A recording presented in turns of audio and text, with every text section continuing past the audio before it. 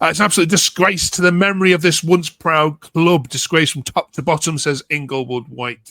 Mike Butcher says every single player who played at Hull should be shamed of the performances they put in the last month. Not a single player has shown any fight or any desire. Welcome back to where North End walk, or as Harvey's just said offline, where North End want to make you hurt yourself. How are we all doing, Harvey? How are we doing, Ash? Anger, frustration, or just complete depression at this point in the season? All of it. I think I'm just every season. I think you complain that it gets the same every year, and obviously, I think every North End's bored of the repetibility of finishing mid-table, and you just don't really think it can get any worse, and then it does somehow, and that is Preston North End in a nutshell. It's just a mix of emotions. First you're just like, oh, here we go again, and then you just realise how angry it makes you, and sometimes it makes me hate football, but maybe it's just this football club, to be honest. Yeah. I mean, first of all, the effort that the away fans for Gentry Day went into, is always great to see. Always great to see that, and obviously applaud you travelling all the way to Hull on Easter Monday when you could be with your families, it could be doing other things. And Ash, do you think why?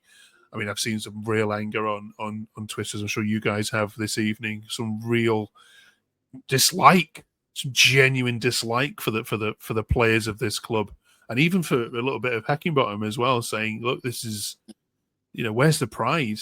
Ash, you get that completely. I get.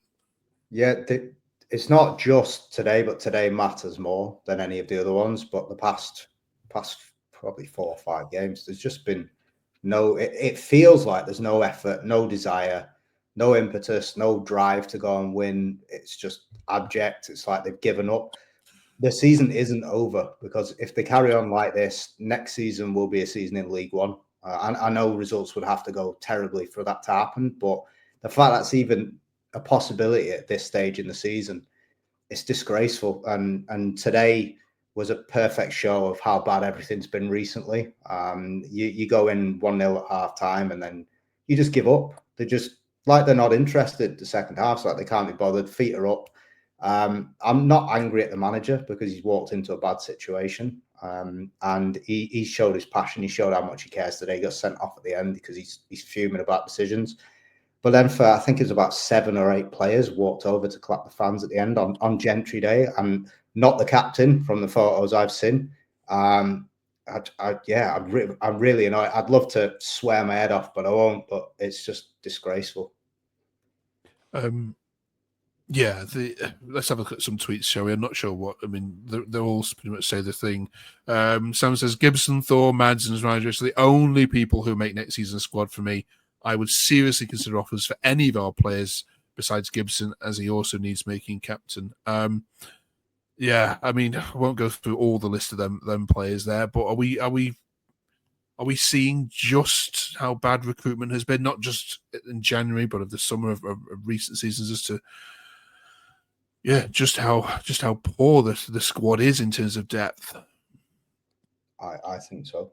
I think that it's not just this season's squad, as it's been built over a few years. The mentality's been drilled into them over a few years. I don't want to blame the easy man to blame, because there's been a full season. If they gave a damn, they could drag themselves out of the trouble that they're in, and they're just not doing. But yeah, you could blame a lot of it on the recruitment and the reliance on loans. We've got like an 18-year-old playing who doesn't look up for the championship at this point, or like he's not quite physically ready. And the ones that should be, they're not. They're just, it's just poor. It's just poor all around. Like it's a lot of the time we're playing square pegs in round holes, and it's just a lack of desire. It's just, you can't teach that. Cheers for that. Excuse me, Harvey. James says, if a miracle happens, we avoid relegation. The Ridsdale needs to do the honourable thing and step down. It's not worked, whatever he's done the past 10 years in the Championship. Poor fans have made the effort for Gentry Day and got served that dross again. I mean, I know you're going to completely agree with that, because we've spoken about it many times on here. But I mean, just on that relegation issue, I mean, there's got to be a freak set of results for Preston North End to go down at Bristol City at Ashton Gate on the last day of the season. But I mean, stranger things have happened in football. How worried are you? Yeah, I'm at that panic stage. I think there was. I think I replied to a tweet like a month ago, and I was like, "It won't happen. We'll be safe. We'll pick up points." And every week that worry just gets bigger and bigger and bigger. And now there's still a few fans saying, "Oh, we're going to be safe." I saw someone reply to me earlier and say that we'll pick up a point at Plymouth, and you just don't know anymore with Preston. That's the problem. We've gone on a consecutive run of games where we've gone 1-0 up and we've lost.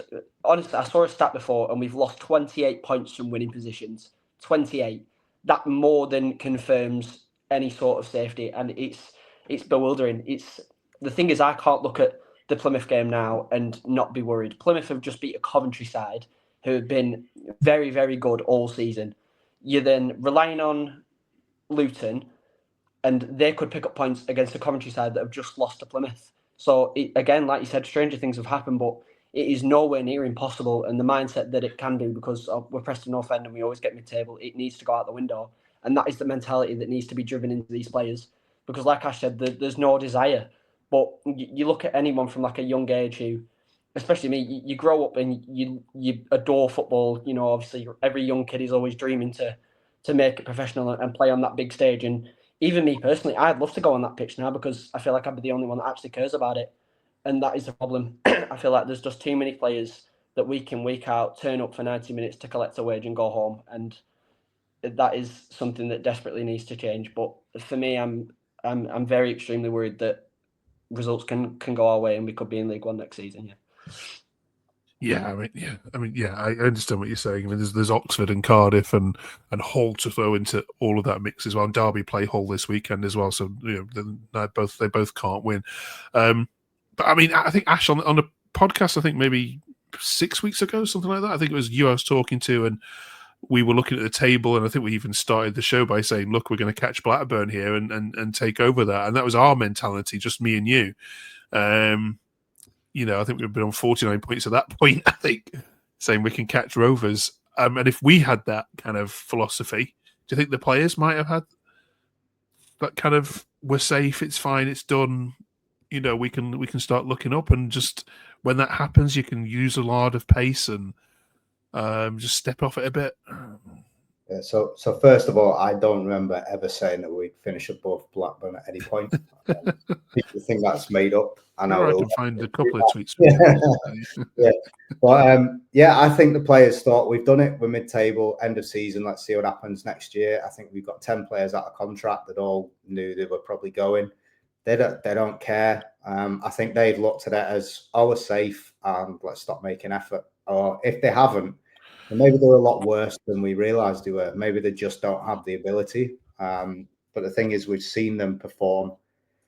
The thing is that concerns me is we played that defensively last season. I think it's quite easy to it's not easy, but it's easier to just sit back, defend, try and go for 0-0s all the time. And I know we've drawn a lot this season, but at least we've been scoring goals. So my worry is that we've not realised how bad the squad is. And now they're actually trying to play some football instead of just doing nothing all game and defending. It's really shown that they're just not up to the standard. So I think there's an issue with attitude. I think we need more quality in the squad as well. And I think they need to get out of this mentality. I don't think Heckingbottom's going to let them have it because they'll just get rid. So they need to sort it out. The season doesn't end in like February. It ends at the end of the season, and you need to play it 100% until then. And we're just not seeing that effort. So all it says to me is we just want to have a break now. We're done. There's another tweet, Harvey, to get your view on. Mike Whiteheart says it's another, shouldn't be a penalty. We'll get your view on that in a minute. The ref was conned, but the performance from North End, from the goal onwards, was woeful. Brady is the only one looking capable of playing at this level. Mads is showing he isn't just having bad days, he's actually a poor player. Relegation is very possible. More Mads chat this week. Let's get your view on that and the referee penalty decision. Not that it matters much, of course. What was your view on the penalties? Well, at first, when you look at first glance, you're thinking, Christ, his boot's too high there. Like put your leg down, and like it was a silly mistake. And you look at the replay. One, Mad's leg isn't that high. Two, he then pulls out of it, 3, he doesn't touch his head at all, and the whole player just goes flying. It's just not a penalty, and you can watch it over and over again. I think the more you watch it, the worse it gets.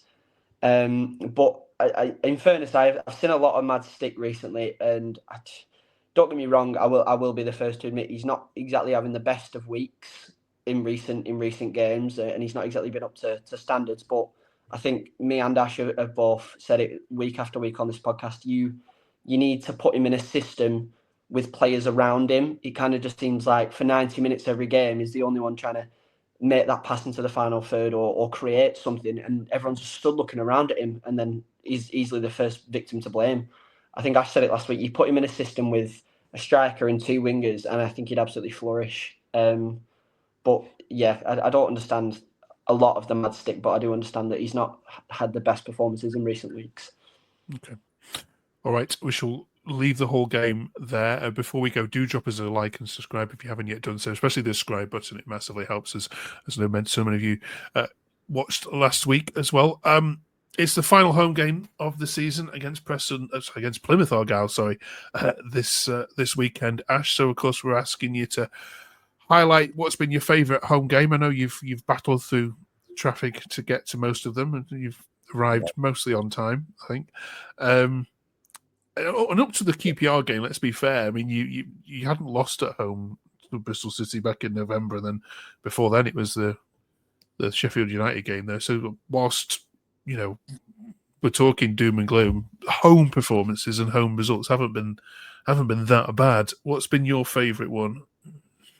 Although they've not been that bad, I would also argue there's been a lot of draws. So it's still been quite tough at home to watch at times, and I find that's big problem is the fact it's boring. I think the best game is probably Portsmouth. Was it Portsmouth? I think we won really late on. That was a good game. Obviously the Burnley game, but that's in the cup, so I don't really. You can have that. Yeah, you can have that. Yeah. Well, it's got to be that one. I mean, the Portsmouth game was absolutely class just because of how it ended and the goal that ended it. More on that later. Yeah, I think to beat Burnley 3-0 in the manner that we did, and the goal that Brady scored, and then Osmajic scoring as well, you can't really top that, can you? No. Good shout, Harvey. Well, yeah, I was going to say Burnley, but I think one that sticks with me is it was Watford at home. It was on like a Tuesday or Wednesday night. I think we beat them like 2 or 3-1, I think. And I think it was just in that period where Hecky's play style was starting to really gel. We looked creative and fast flowing going forward. I think that was the period where we just started to look like we could actually really dominate sides, and the style of play was really coming to gel together, and that was a game that sticks in my head. But yeah, the main one is obviously Burnley. Obviously, great side, and they came to Deepdale, and it was just brilliant. And obviously, the Osmajic goal was just lives in my head rent free, to be honest. So yeah, I'll go with that. Okay. Let us know your thoughts on that one. Finally, you can also help us with this award as well. We're asking our team to pick the goal of the season. What's been the best strike they've seen from a North End player? Let us know in the comments on this one. Ash, what's got you at your seat? Well, I was thinking about this earlier, and there's 2. One I've just alluded to there, but also Potts, a goal against Leeds. Yeah. Just a fast break. I love that direct kind of football, as I've said 1,000 times. So just the fast break, whipped in the box, and he put it in the back of the net, and it's against Leeds, so it's always extra special. But I think for me, what happened was I was stuck on that, and I thought Arsenal won against Portsmouth, so I watched them, and just that touch is sublime. The second touch past the keeper, and then the goal from the awkward angle is just beautiful. So that's got it for me. Third Arsenal Portsmouth against Portsmouth. Sorry, at home. Yeah. Harvey? I was clever, and I thought either Ash or Etienne would have picked the third Arsenal one because it's just a sublime goal, isn't it? So I look back on all the fixtures, and I think, again, that Watford game, it was the McCann goal. I think it just forced him on the edge of the box, and as everybody knows, McCann is not a goal scorer. He doesn't really get forward a lot, but has been doing a lot this season. And he just bends it into the top corner, and I was at Deepdale watching that, and it was a really great strike, and McCann's one of my favourite players, so that's that, or the third Arsenal one, obviously. Brilliant. Thank you very much, both of you, for that. Good luck against Plymouth. We just need a point, don't we? We just need anything, like a scruffiest goal to hit the back of the net. I mean, when you scored against QPR, I thought that was it. So done, dusted. You're going to go on and see that out. But here we are again. Finally, this week, then, since we last met, Leeds and Burnley have been promoted as of this evening. Actually, I just wanted to get your views on whether that's are they the best two that you've seen this season. I know you won't care for Burnley too much, but is that the right? Has justice been done? I mean, it's kind of fair, isn't it? I guess the point to tell the story at the end of the day, but I just think Burnley have been really boring, but they've been also very hard to beat. Like, they've not looked good against us in any of the games. Leeds, with that squad, should be winning the league all day. So, I mean, you can't argue with that.